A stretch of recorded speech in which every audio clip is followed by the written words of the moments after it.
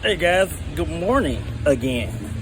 I don't know if, I can't sit down here. It's too wet, as you can see.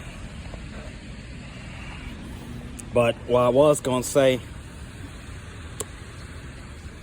we're about 3 hours in so far. And as you can see from the orders I've done, now I'm pending 2 tips on Uber. And I think that's going to take me up to, I'm pending maybe unless somebody increase it, it should be around $25. But just going off of the numbers that I got there, I have 13 from Uber, 31 from Instacart, and 28 from DoorDash. When you add those up, you come to 72. You divide that by 3 right now. And like I said, I am pending those, but we just don't go off the numbers that I currently have.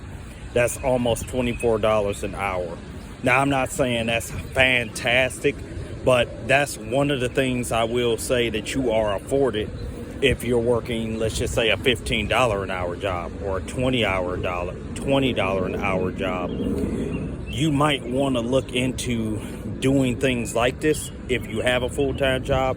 Do these things on the side if you don't trust trying to do it full, like how I'm doing it 7 days a week, and trying to just say that I'm gonna live off of these platforms.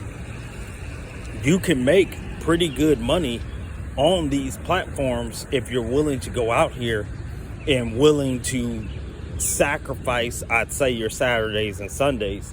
It's like I said, you gotta have the goal of what you're trying to do. And with the times being as they are, especially now that, with inflation being over 7% and just things going up, which isn't the inflation, you have to really be particular about your money, because things are going to get harder before they get easier. And I would say really start thinking about preparing for the storm that's coming. With everything going up, it's going to be hard to get a house in the future, to buy a car in the future. So just start thinking of those things. Why, if you're laying on the couch, if you're debating, well, should I go out there and give up a weekend to try to work? Start thinking those things through and start looking at some of these investments.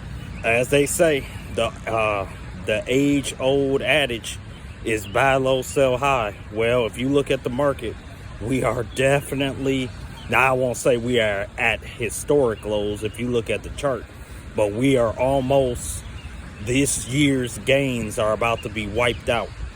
So this would be the perfect time to, like I said before, start dollar cost averaging in. And crypto, it's just, if you don't want to even get into that because it's a newer space, you can get into the traditional market and really start adding and averaging and dollar cost averaging in.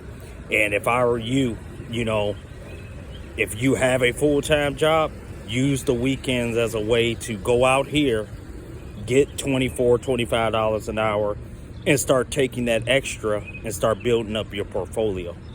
That's something that I'm looking into more and more each day when I come home now. That's like I told you guys, I was looking at some stuff yesterday. I'm going to do the same thing today. I'm really going to start devoting some time into learning what's some good stocks to get into, and then start dollar cost averaging into those. Especially now, if you're in debt like I am, I would encourage you first, start weeding your way out of getting out of debt. Start putting a lot of extra into getting out of that, and then start looking into investing. So you guys stay blessed. I'll get at you later. Take care.